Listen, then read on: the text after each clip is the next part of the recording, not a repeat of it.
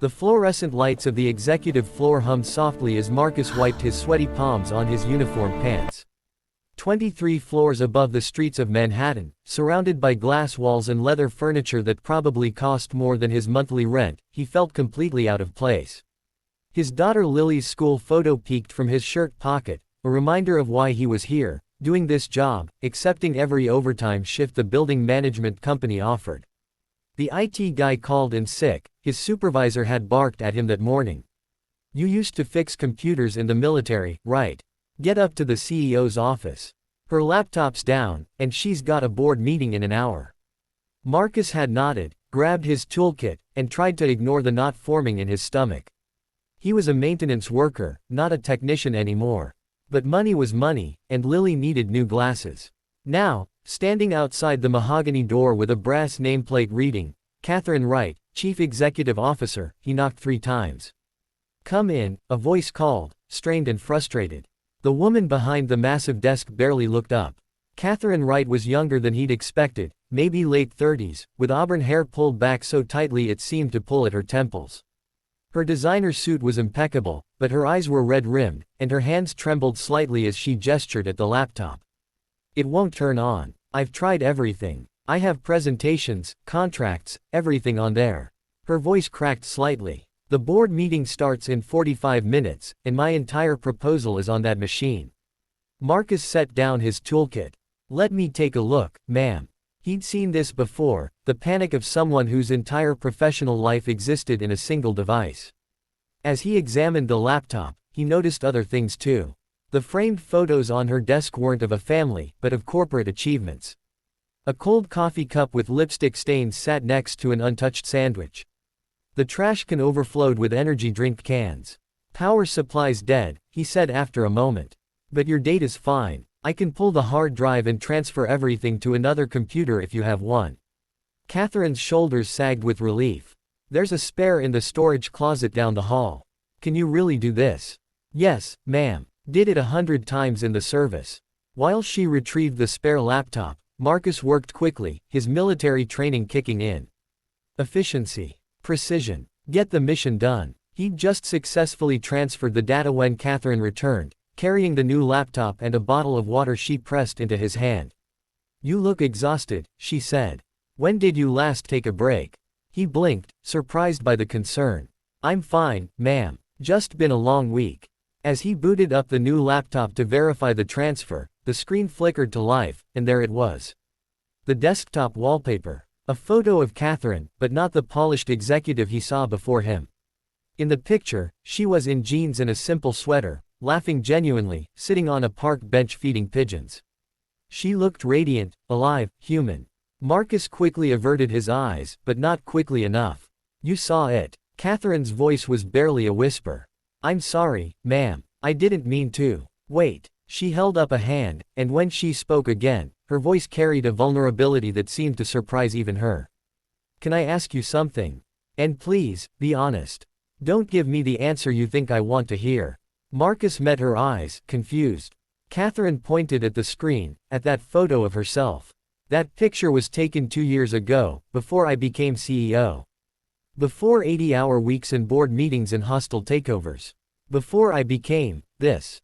She gestured. At herself, at the immaculate suit in the sterile office. "In that photo, am I pretty?" The question hung in the air between them, so unexpected that Marcus forgot about the hierarchy, forgot about his place, forgot about everything except the raw humanity in her eyes. "You want the truth?" he asked. She nodded. Marcus looked at the photo again, then at the woman before him. He thought about Lily, about how she'd asked him last week if her mom would have been proud of her. He thought about all the nights he'd spent wondering if he was doing right by his daughter, if being present and loving and real was enough in a world that seemed to value everything else more. "In that photo, you're more than pretty," he said quietly. "You look happy. You look like someone who remembers there's a world outside of these walls. Like someone who feeds pigeons just because they're there." He paused, choosing his words carefully. "My wife, before she passed, she used to say that beauty isn't about looking perfect. It's about looking alive." Catherine's eyes glistened. She turned away, pressing her fingers to her temples. "I used to feed those pigeons every Sunday. Rain or shine. I'd bring a whole bag of seeds and just sit. Watch the city. Remember that there were small things that mattered. What happened? Marcus asked, then immediately regretted it. I'm sorry. That's not my place. My father happened. Catherine's laugh was bitter. He built this company, and when he got sick, he made me promise to take over. To be strong, professional, untouchable. He said sentiment was weakness in business. So I became what he wanted. I stopped feeding pigeons. I stopped being her. She pointed at the screen again. Marcus thought about his supervisor's words that morning, about how he used to fix computers. About all the things people used to be before life demanded they become something else. Can I show you something? He asked, pulling out his wallet. He extracted the school photo of Lily, her gap-toothed smile beaming up at them. My daughter. She's 7. When her mother died 3 years ago, I had a choice. I could keep my career in IT, keep climbing the ladder, or I could take a step back, work whatever jobs let me be present for her. Feed her breakfast, help with homework, tuck her in at night. You chose her, Catherine said softly. I chose both of us. Because she doesn't need a father who's successful on paper. She needs one who shows up. Who's alive, not just surviving. He carefully put the photo back. Your father wanted you to be strong. But maybe he forgot that being human doesn't make you weak. Catherine was quiet for a long moment. Then she did something that shocked Marcus completely. She laughed. Not the polished, corporate chuckle he'd expected, but a real, genuine laugh that transformed her entire face. Do you know what I was going to present to the board today? She asked. A proposal to cut employee benefits to increase shareholder value. I was going to look them in the eye and tell them it was necessary for growth. She reached past him and shut the laptop. Ma'am, your meeting can wait. Catherine stood, straightening her shoulders with a new kind of determination. Or better yet, can be completely reimagined. Marcus, how much do you make an hour? He told her, confused by the question. And if I offered you a position heading up our new workplace wellness initiative, a program focused on helping employees maintain balance, stay human, be present, would you take it? 40 hours a week, no overtime required, benefits that would cover those glasses your daughter needs.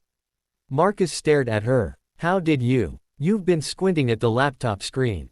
And you mentioned glasses earlier, though you caught yourself. She smiled that same smile from the photo. I'm going to tell the board today that we're pivoting. That our greatest asset isn't our quarterly earnings, it's our people. And people need to be more than pretty profit margins on a spreadsheet. They need to be alive. Why? Marcus asked. Why would you risk everything? Catherine looked at the photo on the screen one more time. Because a maintenance worker I barely know just reminded me that being human isn't a weakness. It's the only thing that matters. 6 months later, Marcus stood in Central Park, Lily on his shoulders, watching Catherine Wright feed pigeons from a big bag of seeds.